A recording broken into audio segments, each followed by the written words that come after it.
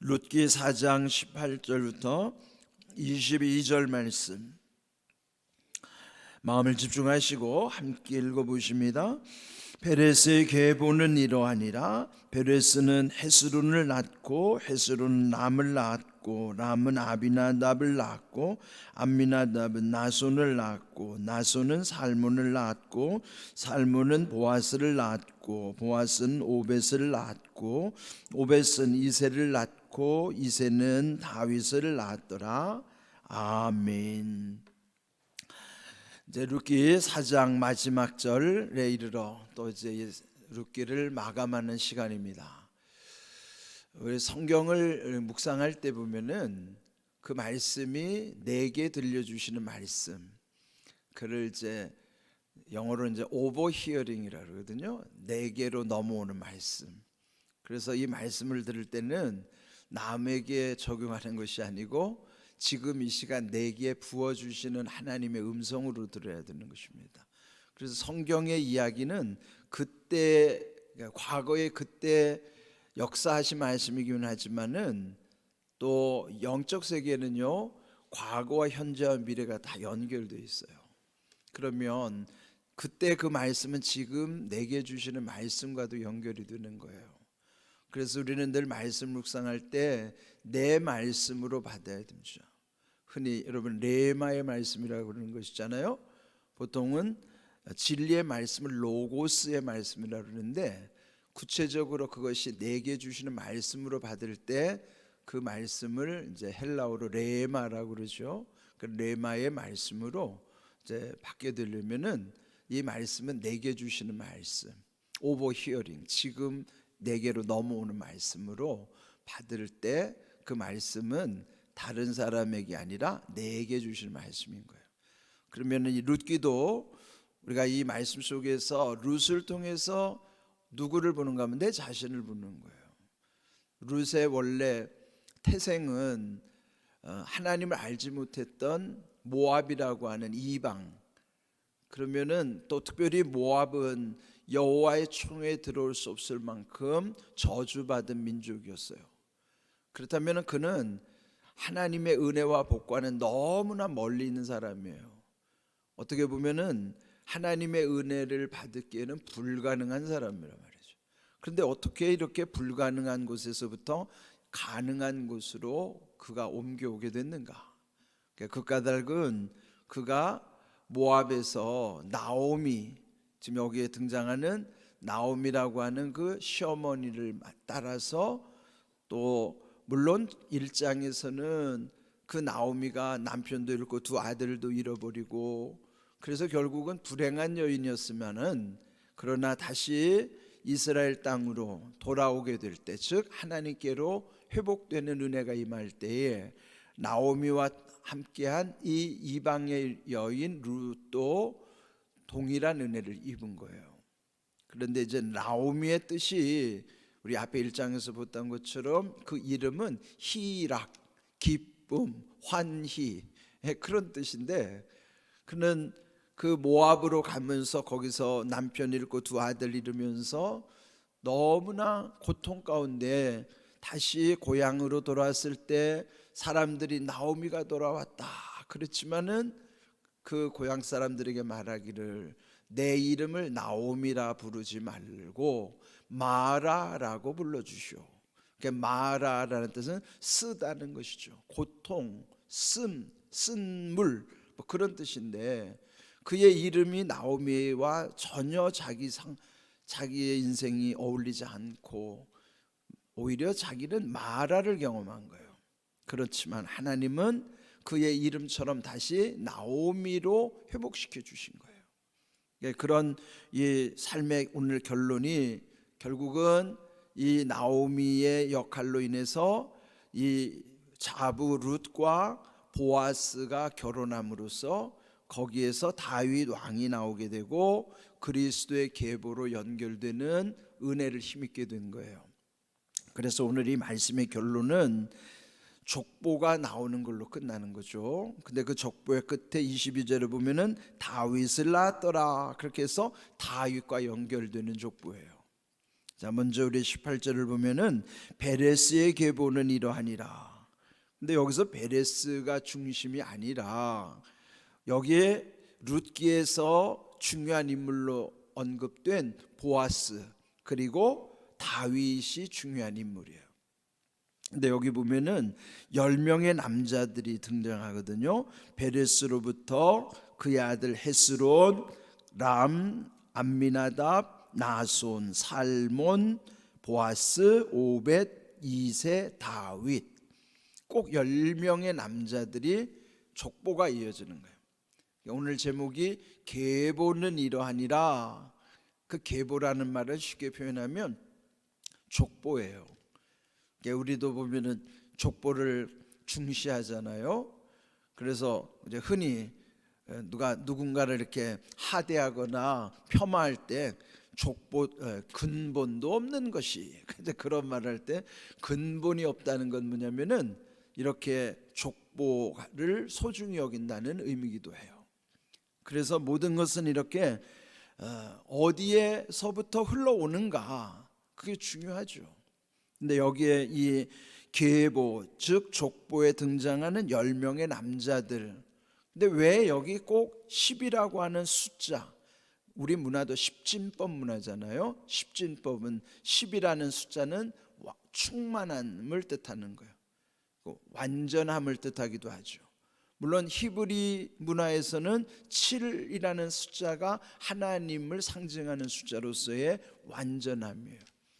그러면은 십진법에서 10이라는 충만수, 그 다음에 히브리 문화에서 가장 소중하게 여기는 하나님의 숫자 7. 자, 그러면 거기에 지금 7번째 남자와 10번째 남자, 이 본문에 등장하는 남자들을 한번 대입해 보세요. 7번째 남자가 누굴까요? 보아스예요. 그리고 마지막 10번째 남자가 다윗이라고요. 그러면은 지금 이 룻기를 기록한 사람은 아무 생각 없이 쓴 것이 아니라 그런 의도를 가지고 쓴 거예요. 다윗이라고 하는 10번째 남자를 거슬러서 베레스로부터 시작을 하는 거예요. 그렇게 해서 여기 등장인물의 중요한 보아스를 7번째에다 배치를 하는 거예요. 그러면 우리가 앞에서도 강조했던 것처럼 보아스의 상징인물은 누구라고 그랬어요? 예수 그리스도예요. 예수님을 떠올리게 하는 인물. 그 이름의 뜻이 뭐라고 그랬죠? 그분 안에 능력이 있다. 그러니까 이름의 뜻에서부터 예수님을 떠올려주는 인물이에요. 그리고 룻은 상징적으로 성도와 같다면 또 성도를 신부로 삼은 신랑 되신 예수님, 그가 곧 보아스란 말이에요. 그러니까 룻과 보아스의 관계는 성도와 예수님과의 관계로 상징적 의미가 있다 하는 것입니다. 그리고 이제 10번째 다윗의 왕으로 연결되는데, 그 다윗 왕이 결국은 나중에 어떻게 될까요? 거기가 곧 예수께로 연결되게 하시는 아주 중요한 의미가 있는 것입니다. 자, 그렇다면은 이 예수님의 계보를 연결시켜주는 상황에서 보면은 우리는 그렇잖아요. 족보에서 보면은 그 집은 대단한 집안이니까 그 집은 아주 대단한 일들, 흠결이 없고 완전한 사람들로 이루어질 것 같죠. 그런데 예수님의 족보에 등장하는 거기에 보면은 4명의 여인이 나와요. 그죠? 첫 번째 다말, 두 번째로는 기생 라합, 세 번째로는 여기에 등장하는 룻, 그리고 네 번째가 예수님을 낳은 마리아. 그 4명의 여인이 등장하는 거예요. 마태복음 1장에도 보면은 거기 마태복음 1장에는 또 거기에 족보가 나오잖아요. 누가 누구를 낳고. 누가복음 3장에도 또 그 족보가 또 이제 거꾸로 또 족보가 연결이 돼요. 또 역대상은 5장부터 15장에 보면은 족보가 얼마나 많이 나오는지 몰라요. 그렇게 보면 성경 속에는 족보를 강조하는 거예요. 이 계보를 강조하는 것입니다.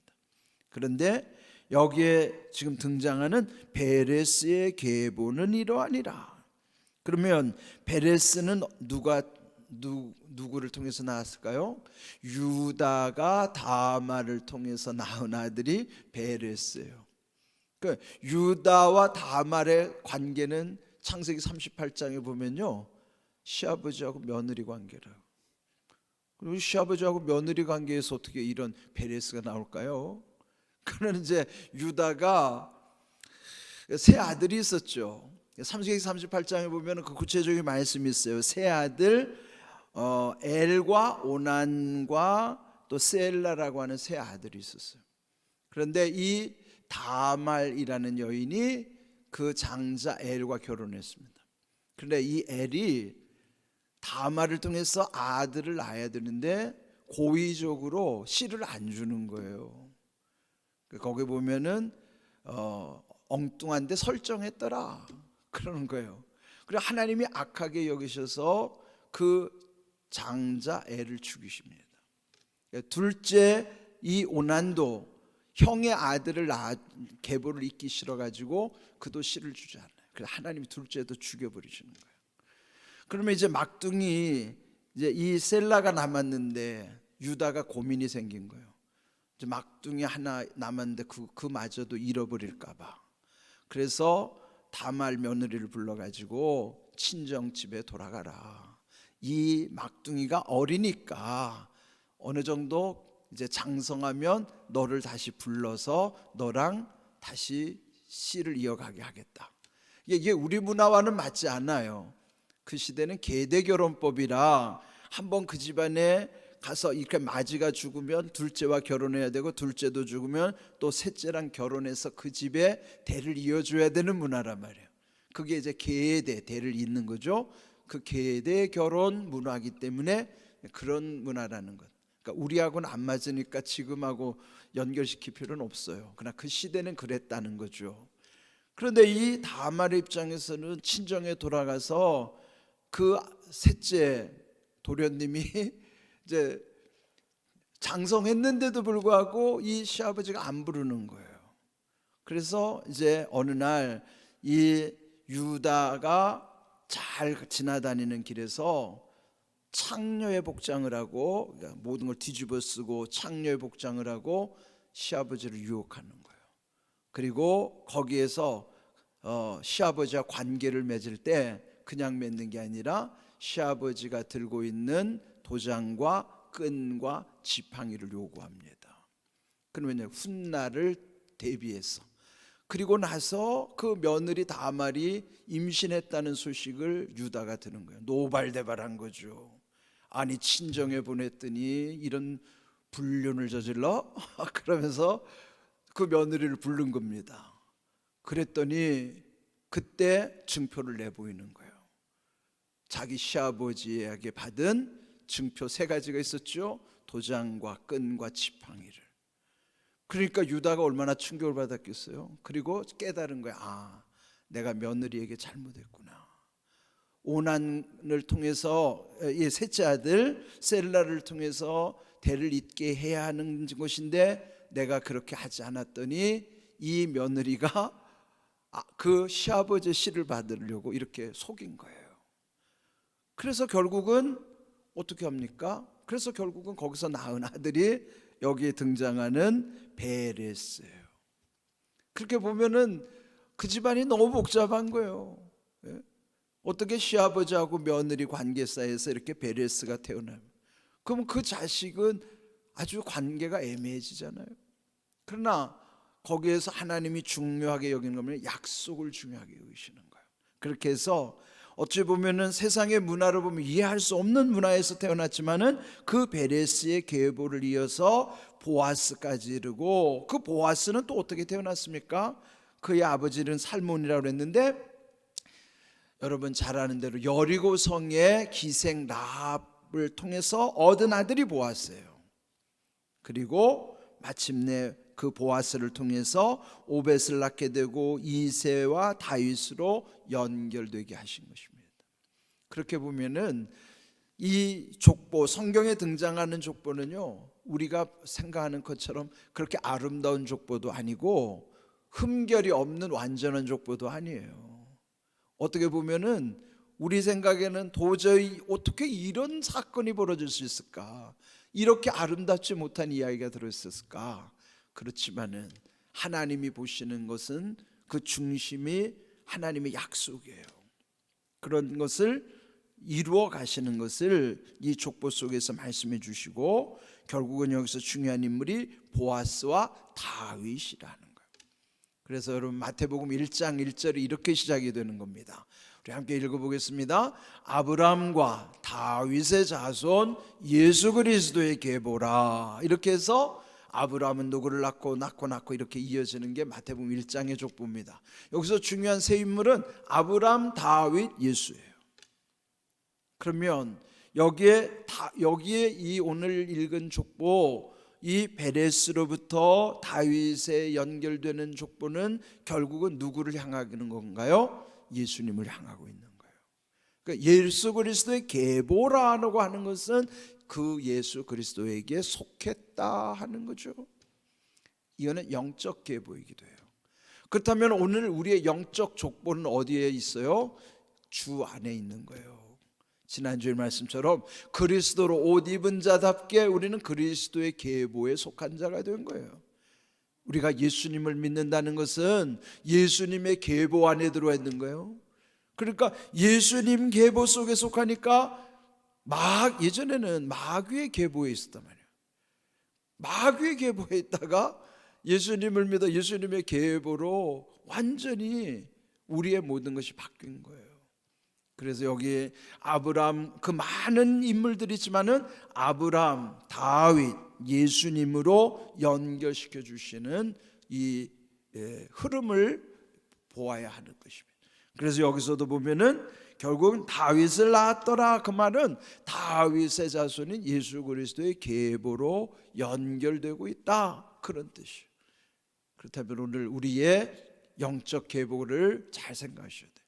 오늘 우리가 예수님의 족보 안에 있다고 하는 것, 그분의 영적 계보 속에서 또 그리스도로 옷 입은 자답게 하나님의 은혜와 복을 누리게 하신다는 것이 얼마나 귀한 일인가.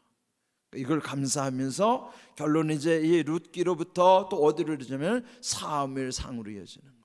그럼 사무엘 시대는요, 왕을 세우는 왕권 시대로 흘러가는 거예요. 거기에 중요한 인물이 바로 다윗입니다. 그렇게 해서 이제 우리가 월요일부터는 사무엘상을 묵상할 것인데요, 이제 내일은 이제 다른 내용으로, 금요일은 12월 월삭 축복 새벽 기도회로 이렇게 이제 말씀을 나누고, 이제 월요일부터는 사무엘상을 시작할 것입니다. 오늘 주신 말씀을 잘 새기시면서 우리가 그리스도의 계보에 속한 은혜로 산다는 것, 그에 합당한 믿음을 구하시고 늘 주님과 동행하는 복된 삶이 되기를 주님의 이름으로 축복합니다. 아멘.